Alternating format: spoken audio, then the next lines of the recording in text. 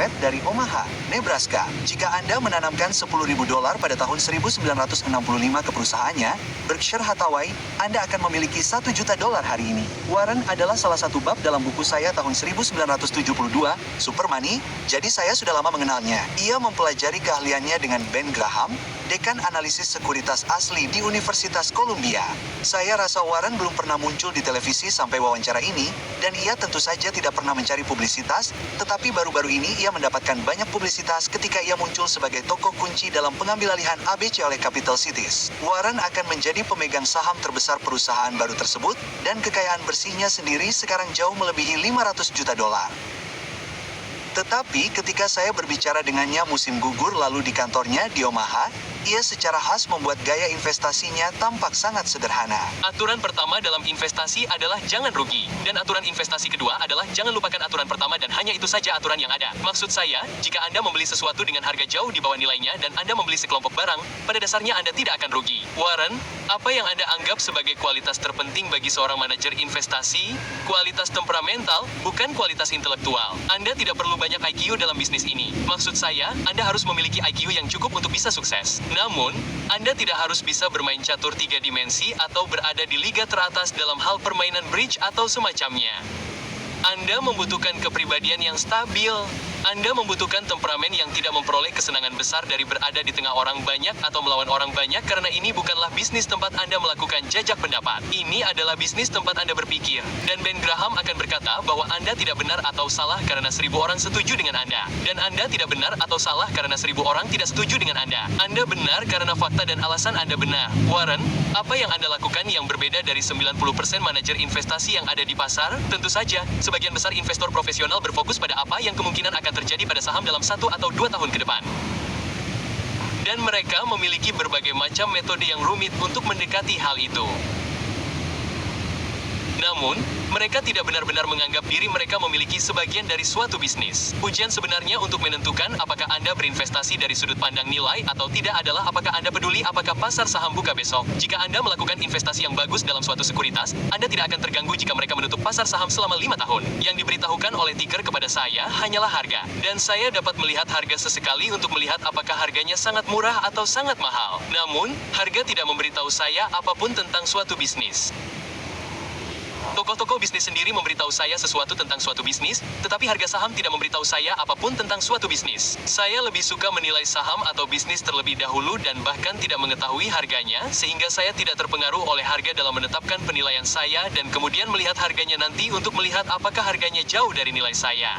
Jadi Buffett memilih untuk tinggal di dunia ini, Omaha, Nebraska, tempat jagung tumbuh hanya beberapa menit dari pusat kota. Sekarang, Omaha adalah kota yang bagus, tetapi tidak ada yang mengklaim bahwa itu adalah pusat keuangan dunia. Di sini, satu-satunya kawanan yang bergemuruh sebenarnya berada di atas 4 kaki. Tidakkah Anda merasa Omaha sedikit keluar jalur untuk dunia investasi? Percaya atau tidak, kami menerima surat di sini dan kami menerima majalah dan kami memperoleh semua fakta yang dibutuhkan untuk membuat keputusan. Dan tidak seperti Wall Street, Anda akan melihat kami tidak memiliki 50 orang yang datang dan berbisik di telinga kami bahwa kami harus melakukan ini atau itu sore ini. Anda menghargai kurangnya rangsangan di sini? Saya suka kurangnya rangsangan. Kita punya fakta, bukan rangsangan di sini. Itu benar. Bagaimana Anda bisa menjauh dari Wall Street?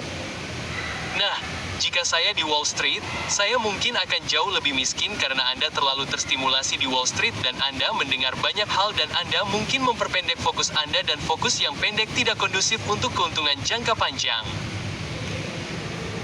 Dan di sini saya hanya bisa fokus pada nilai bisnis.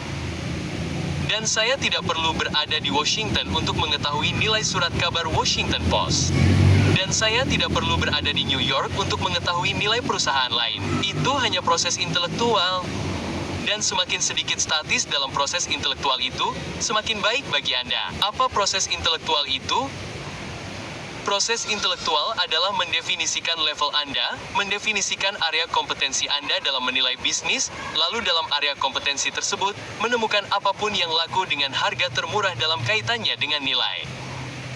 Ada banyak hal yang tidak bisa saya nilai, tetapi ada beberapa hal yang bisa saya nilai. Pernahkah Anda membeli perusahaan teknologi? Tidak, saya belum pernah melakukannya selama 30 tahun berinvestasi. Tidak satu pun, saya tidak mengerti satu pun. Jadi, Anda tidak pernah memiliki, misalnya, IBM. Tidak pernah memiliki IBM, perusahaan yang luar biasa. Maksud saya, perusahaan yang sensasional, tetapi saya tidak mengenal IBM. Jadi, revolusi teknologi sedang berlangsung, dan Anda tidak akan menjadi peserta.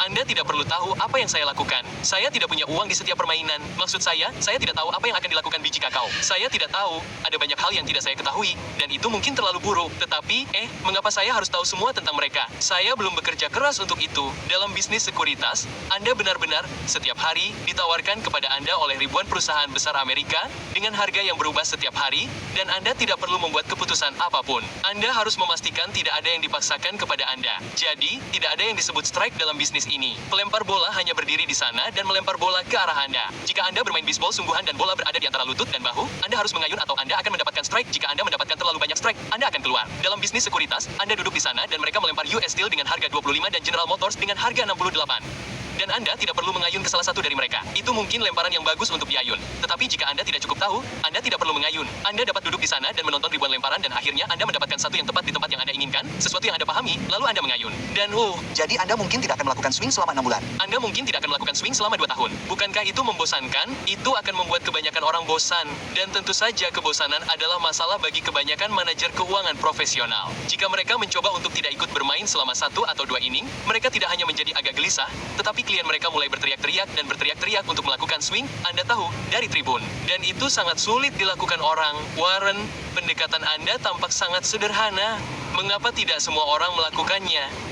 Ya, saya pikir sebagian karena sangat sederhana sehingga para akademisi misalnya berfokus pada semua jenis variabel. Sebagian karena yang Anda maksud dengan akademisi adalah profesor. Ya, datanya ada di sekolah bisnis. Tentu, dan datanya ada di sana. Jadi mereka berfokus pada apakah jika Anda membeli saham pada hari Selasa dan menjualnya pada hari Jumat, Anda akan lebih baik, atau jika Anda membelinya pada tahun pemilihan dan menjualnya di tahun-tahun lainnya, Anda akan lebih baik, atau jika Anda membeli perusahaan kecil. Ada banyak variabel ini karena datanya ada di sana. Dan mereka telah belajar cara memanipulasi data. Dan seperti yang dikatakan seorang teman saya kepada seorang pria dengan palu, semuanya tampak seperti paku.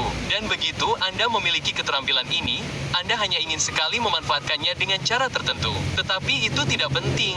Jika saya diminta untuk berpartisipasi dalam peluang bisnis, apakah akan ada bedanya bagi saya apakah saya membelinya pada hari Selasa atau Sabtu atau tahun pemilihan atau semacamnya? Itu bukanlah hal yang dipikirkan seorang pebisnis saat membeli bisnis. Jadi, mengapa memikirkannya saat membeli saham? Karena saham hanyalah bagian dari bisnis.